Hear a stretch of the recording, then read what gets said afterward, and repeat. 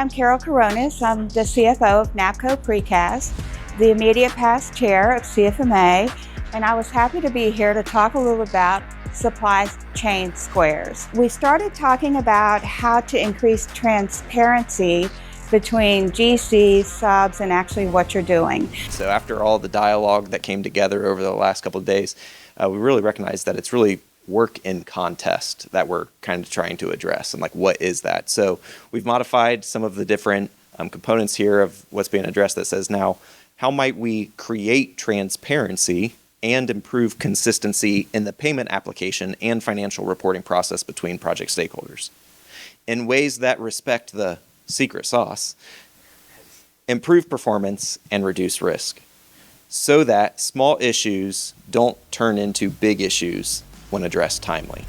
And we know that it's human nature to try to keep some things back and not necessarily reveal everything that you do. But we zeroed in on the change management component and really looked at where do most projects go to risk. And it's basically when there's a disagreement about how far along you are on the project, or is this in the scope or not.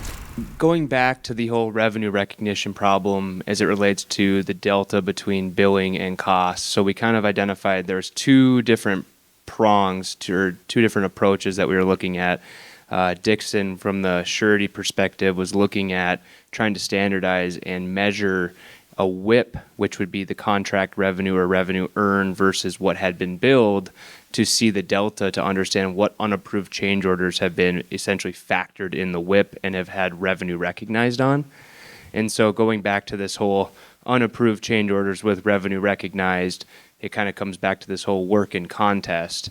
And so that was GC facing externally, but we found that percent complete is very, very, I don't know who you ask, is very subjective all the way down the supply chain through the various vendors. So if we could isolate it to when that change order request was put in, that's really where it's at. So we talked about how can you make that transparency and make things better and less costly for the owner, for the GC, and for the trade. Point of communication of being able to communicate early on is where the supply chain itself finds the savings in that cost piece, because when you can reduce the cost impact, there's the dollar for dollar kind of recovery, right? Whereas in construction management, the more time that elapses from the point of identification, the less of the return on that dollar to solve, right? And so that's where, if we can get that hub of communication and dialogue going between all the different stakeholders at all different points, to have it kind of visualized that says, this $5,000 item that nobody wants to talk about, if nobody talks about it, it's a $50,000 item a week later. And you don't have the data readily accessible to address, well, whose problem is it? And so it was all about getting that transparency in there to mitigate some of the cost impact to the project and that work that is in contest. And so that was kind of where we were at.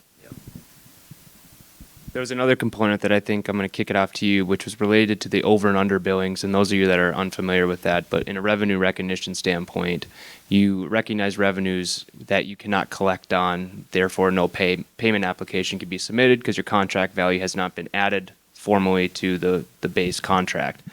And so over billings and under billings are kind of like financing. So if I'm under billing, I'm financing your payment, and if I'm over billing you, I'm taking a loan from the project and using that cash.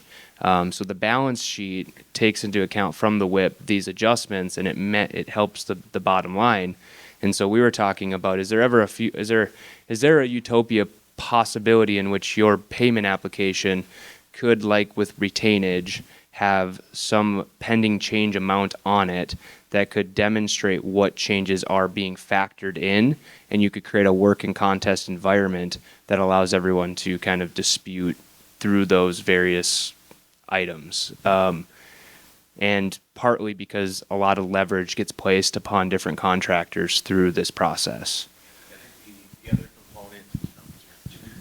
other component, so I'm not gonna trip you up. The other component is, with better transparency kind of here in the central hub, understanding, other subs that get impacted down the line. So, it may be an issue for for one sub here, but when we get here, if we want to get into tag planning, if we want to get into scheduling, if we really want to drive project productivity, we all have to be on the same page, have the same access to information. So that's kind of the dream state is in this beautiful drawing from Campbell. So Yeah, the multi-directional communication to it, that it was, it's when you think supply chain, you're usually thinking about one directional flow. And this was what we found was actually that multi-directional flow back and forth was really where when you think of the protect the secret sauce, there's got to be some back and forth dynamic. I think that's fine. It's always a you first scenario, right? Yeah, I mean, any public company wants to be as private as they can be until they have to be public, right? Like, I mean, that's the line you walk. And a part of that too is that work in contest it creates. There's their very subjective stance on, well, okay, we've bought something, we stored it. Here, you can probably Leverage. So when you think about the secret sauce, we're really good at thinking about things in isolation of a project here and then job costing, right? So this job costs this much.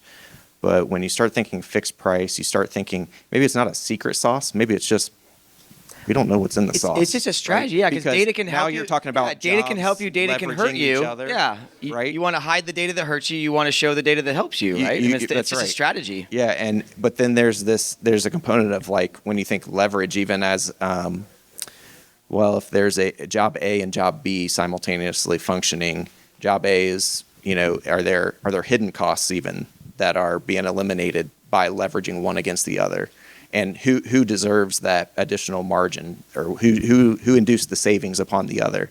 Prefab is a great example. Prefab is most valuable when you have volume in front of you. Volume hides all sins.